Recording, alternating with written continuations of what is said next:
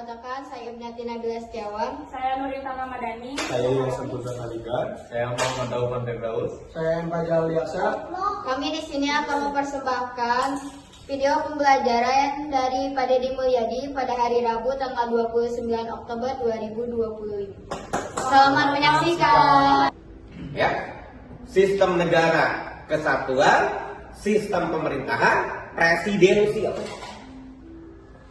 Itu. Jadi nanti kalau kalian belajar hukum tata negara, maka fokusnya ini organisasi negara, eksekutif, legislatif, yudikatif, evaluatif, tatanan negara, maka kemudian tadi ada sistem pemerintahan, ada sistem negara. Harus beda. Ya. Sistem negara dengan sistem pemerintahan. Masuk ke dalam tataran negara juga bicara dalam perspektif hubungan internasional. Ya, walaupun ada hukum internasional, itu juga masuk kategori tatanan negara. Gitu. Nah ini yang kemudian juga objek hukum tata negara. Ya. Nah, jadi tata negara ini juga dianggap sebagai negara dalam posisi yang pasif. Kenapa pasif? Karena yang bicara tentang organisasi. Hanya bicara tentang negara sebagai sistem negara dan sistem pemerintahan. Gitu. Karena kalau hukum negara dalam posisi yang aktif apa? Hukum administrasi negara. Ya. Baru presiden bisa bekerja. Gitu. Jadi sekali lagi, hukum tata negara itu adalah negara dalam posisi yang pasif. Kenapa pasif? Karena objeknya ini. Ya, organisasi negara dan tatanan negara. Ketika objek dan tatanan negara ini bekerja, maka butuh hukum administrasi negara. Contoh tadi, presiden dalam konteks tata negara, maka posisinya pasif. Begitu presiden ini bekerja, maka butuh undang-undang kepresidenan. Undang-undang kepresidenan itu letaknya di mana? Hukum administrasi negara. Gitu. Itu adalah bicara dalam konteks hukum tata negara. Oke, hukum tata negara selesai. Ada pertanyaan apa? Ya, sekarang. Kalau kan tadi yang tata negara dan bentuk negara sama-sama pemerintah. Ya. Kalau bentuk pemerintah juga sama aja yang republik sama monarki. Oh iya. Iya, bagian daripada itu. Kan kalau bentuk pemerintahan kita itu sistemnya adalah presidensial. Bagian dari presiden itu ada parlementer. Contoh parlementer misalnya Malaysia, ya. Kemudian juga Jepang, kemudian juga Singapura. Jadi negara-negara yang pimpinannya ada perdana menteri itu parlementer. Indonesia pimpinannya siapa? Presiden. Prabowo sebagai presiden. Berarti presidensial kita.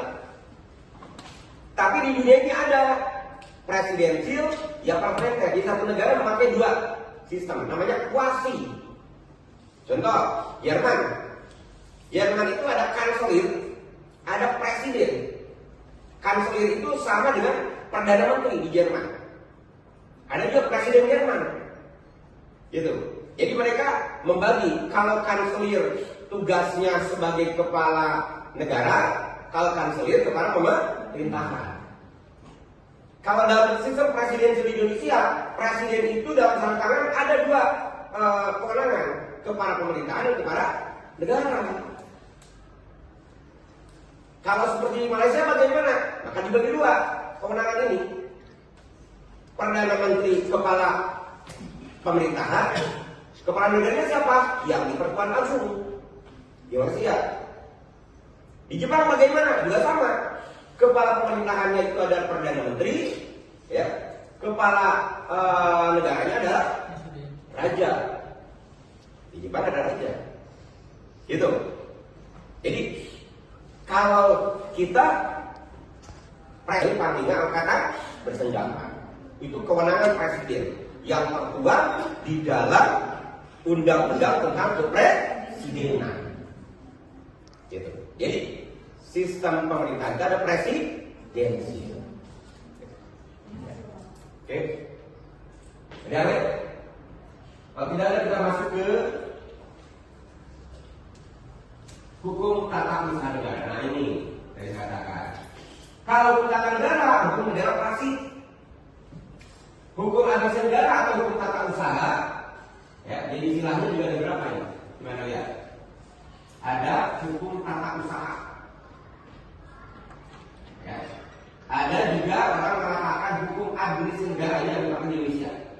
Sorry, ya di Fakultas Hukum Unsur.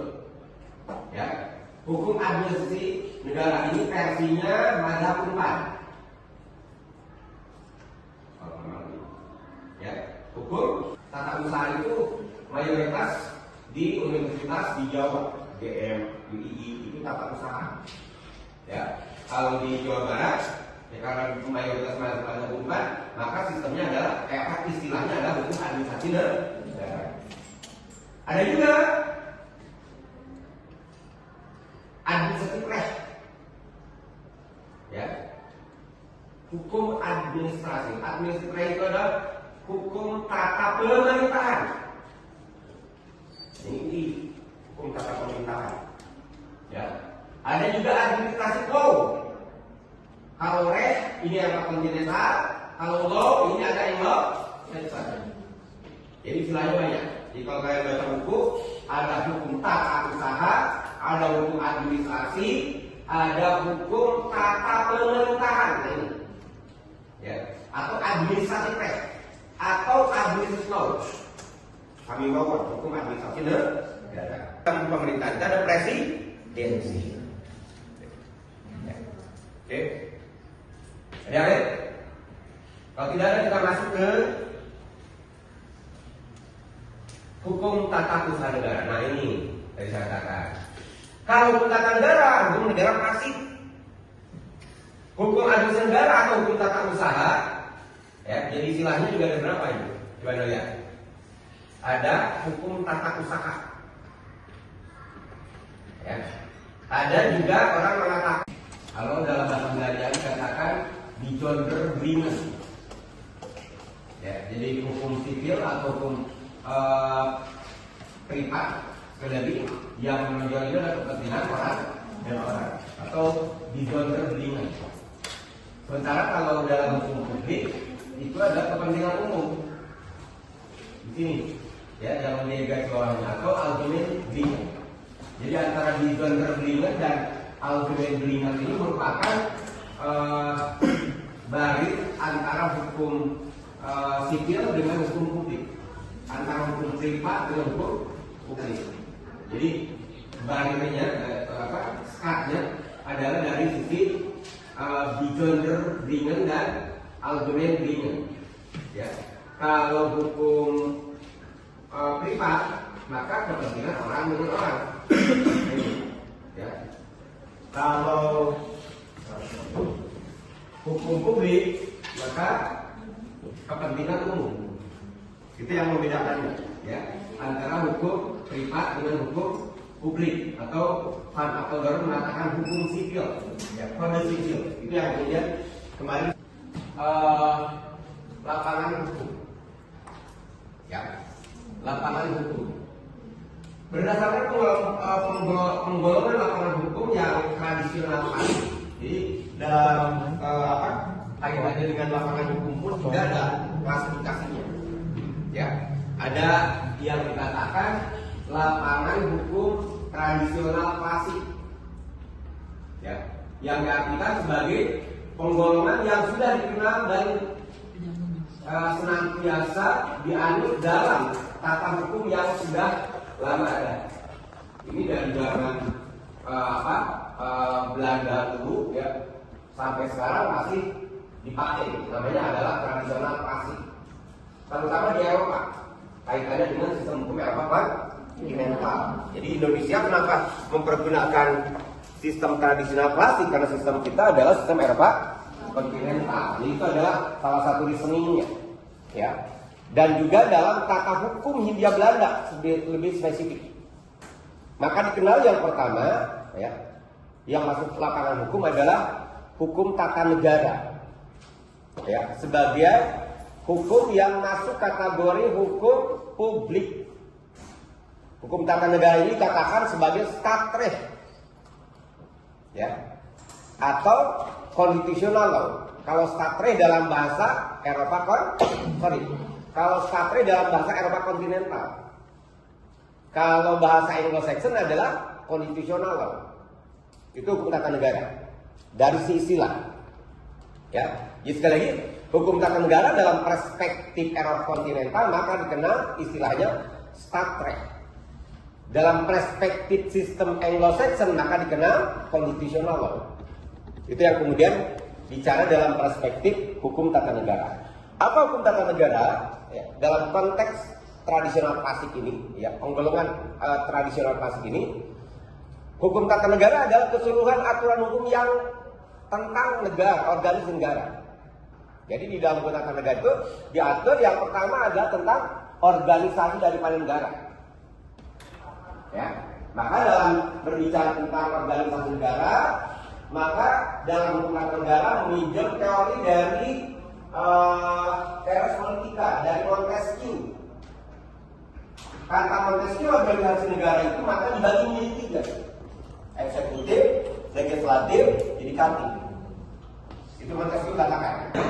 Maka organisasi negara itu menjadi 4. Ya, jadi di Indonesia itu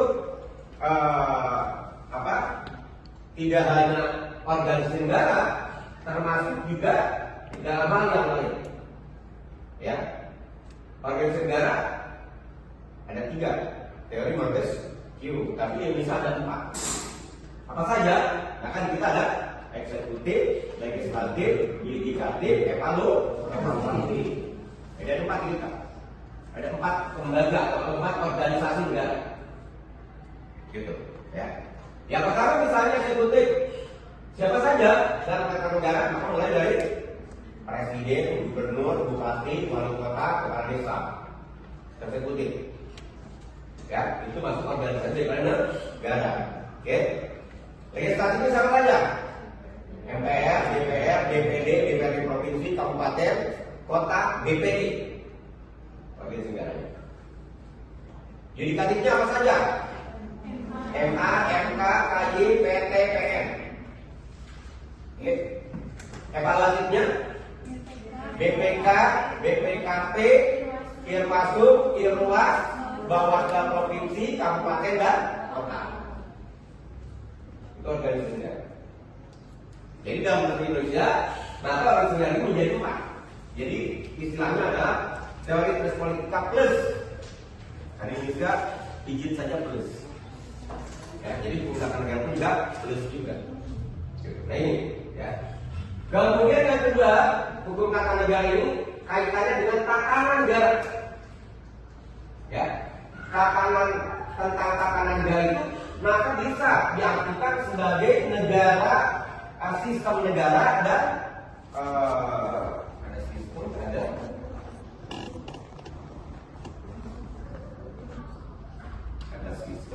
sistem negara itu apa? Negara kesatuan.